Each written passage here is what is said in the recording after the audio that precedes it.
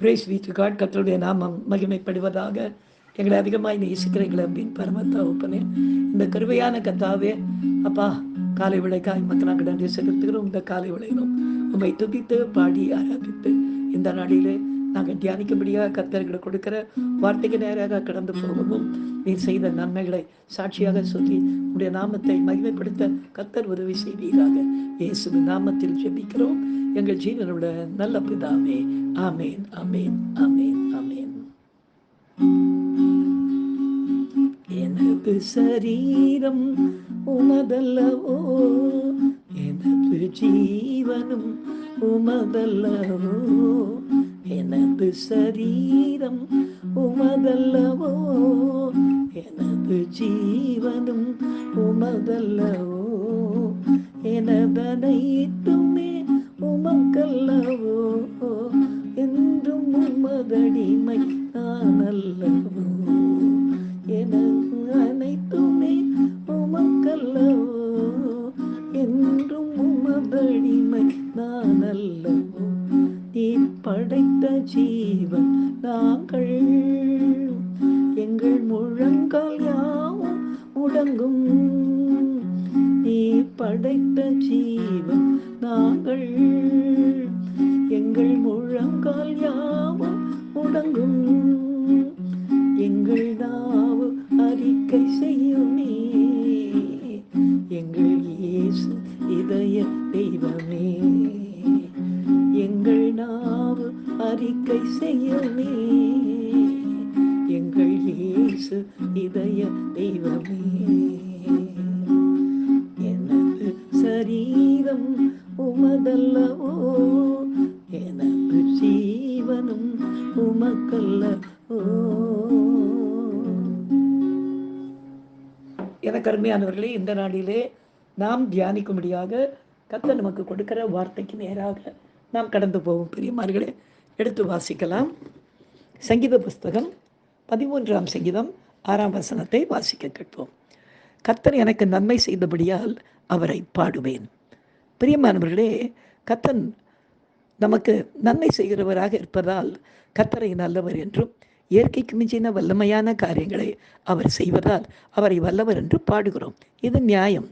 சில நேரங்களில் நமது வாழ்வில் நடைபெறுகின்ற காரியங்கள் நமக்கு அவ்வப்போது தீமை போல தோன்றினாலும் ரோமர் 8 எழுதப்பட்டுள்ள வசனத்தை நாம் விசுவாசிப்பதால் அவரிடத்தில் எல்லா விடைகளிலும் அன்பு கூறுகிற நமக்கு சகலமும் நன்மைக்கு ஏதுவாய் நடக்கிறது என்று நாம் நம்புகிறோமே.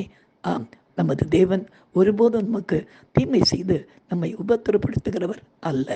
எனவே அவர் எல்லா வேளையிலும் துதிக்கப்படத்தக்கவர் என்பதை இந்த வசனத்தின் மூலமாய் நிச்சயமாக நாம் எப்பொழுதும் தேவனை துதிக்க கடமைப்பட்டிருக்கிறோம். அதை நாம் மறக்கக்கூடாது. பிரியமானவர்களே, இந்த வசனத்தை உறுதிப்படுத்தும்படியாக கர்த்தர் எனக்கு செய்த நன்மையை சாட்சியாக சொல்லட்டுமா? கர்த்தர் தாமே இந்த சாட்சியின் மூலமாய் மகிமைப்படுவாராக. கர்த்தருடைய பெரியார்னால கிருபையினாலே எனக்கு இப்பொழுது 73 வயதாகிறது. வயதாக என்னுடைய ஓட்டத்திலே கொஞ்சம் நிறைய இடங்களுக்கு போக வேண்டியதுனால சில நேரங்களிலே சில சோர்வுகள் அப்படி காணப்பட்டது. அப்போ திடீரென்று எனக்கு சில பிரச்சனைகள் ஏற்பட்ட போது என் வீட்டிலேருந்து கொண்டு போய் என்ன டாக்டர்கிட்ட செக் பண்ணியே ஆகணும், நீங்கள் இப்படி ஓடிக்கிட்டே இருந்தால் பின்னால் பிரச்சனை ஆகிடும் கொண்டு போய் செக் பண்ணாங்க. அப்போ டாக்டர் எனக்கு ஒரு சிறு பிரச்சனை என்னுடைய சரீரத்தில் இருக்கிறதாக சொல்லி ரிப்போர்ட் வரும்போது அந்த ரிப்போர்ட் அந்த சின்ன பிரச்சனையோடு ஒரு கிட்னியில் ஒரு கல் இருக்கிறதாக, அதனால தான் உடம்புல இவ்வளவு வலி இவ்வளவு பிரச்சனைகள் என்று எனக்கு சொல்லி அனுப்பி உடனே இம்மீடியட்டாக நீங்கள் ஆப்ரேஷன் பண்ணி ஆகணும் அப்படின்னு சொன்னாங்க. நான் சொன்னேன், கர்த்தருக்கு சுத்தமானால் நான் செய்து கொள்கிறேன். மருத்துவத்துக்கோ மருத்துவர்களுக்கோ நான் எப்பொழுதும் விரோதியோ இல்லை, அதை நான் அவப்படுத்துகிற காரியமோ எனக்கு கிடையாது என்று சொல்லிட்டு நான் வந்துட்டேன். பிற்பாடு தொடர்ந்து மதுரைக்கும் சிவகாசிக்கும் இங்கேயும் எங்கேயும் நிறைய இடங்களுக்கு போக வேண்டிய ஒரு சூழ்நிலையும் சர்ச்சுக்குள்ளே நிறைய செய்ய வேண்டிய காரியங்கள் சிபிஎஃப்னுடைய காரியங்கள் இருந்ததுனால என்னால் அதற்கு நேரத்தை ஒதுக்க முடியாமல் நான் கஷ்டப்பட்டு கொண்டிருந்தேன். கடந்த நாட்களிலே நான் சிவகாசிக்கு போயிட்டு திரும்பி வரும்போது பிள்ளைங்க ஃப்ளைட்டில் தான் என்னை கொண்டு வந்து இறக்கி விட்டாலும் கூட என்னுடைய சரீரத்தை மிக பயங்கரமான பலவீனம். அதாவது ஏர்போர்ட்லேருந்து வீடு வந்து சேர்றதுக்குள்ளே எனக்கு போதும் போதும்னு ஆயிடுச்சு. வீட்டுக்கு வந்து சேர்ந்த உடனே உச்சந்தலை முதல் உள்ளங்கால் வரை, குறிப்பாக நெஞ்சு பகுதிகள், முதுகு பகுதிகள் பயங்கரமான வலிகள் ஏற்பட்டு நான் என்ன செய்யறதுன்னு தெரியாமல் துடிக்க ஆரம்பித்தேன். அப்போ என்ன பண்ணாங்க, சரின்னு கொண்டு போய், இல்லை இப்போவாவது என்ன பண்ணணும், நம்ம இவரை கூட்டிகிட்டு போய் அந்த அறுவை சிகிச்சை செஞ்சிடணும் அப்படின்னு சொல்லிட்டு கொண்டு போனாங்க. அப்போ நான் ஒரே ஒரு சின்ன ஜெபம் பண்ணேன். ஆண்டவரே, இதில் வந்து இந்த ஒன்று இருக்குது, அப்புறம் இந்த கிட்னியில் ஒரு கல் இருக்குது.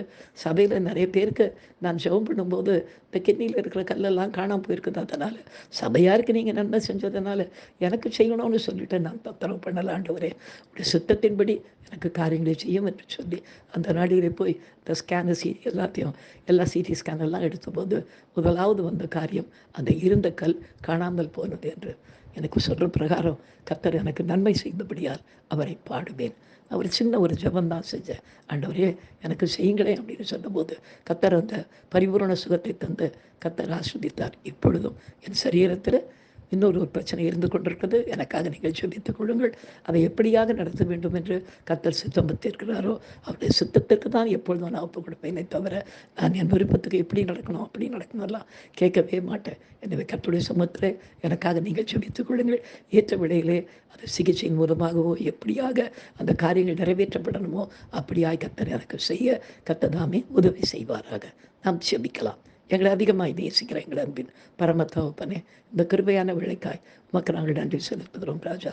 கர்த்தர் நீர் எங்களுக்கு நன்மை செய்தபடியால் உம்மை பாடுவேன் என்று சொல்லப்பட்ட வார்த்தையின்படியாக இந்த கல்மறைய கர்த்தர் உதவி செய்தீரே, உமக்கு நன்றி.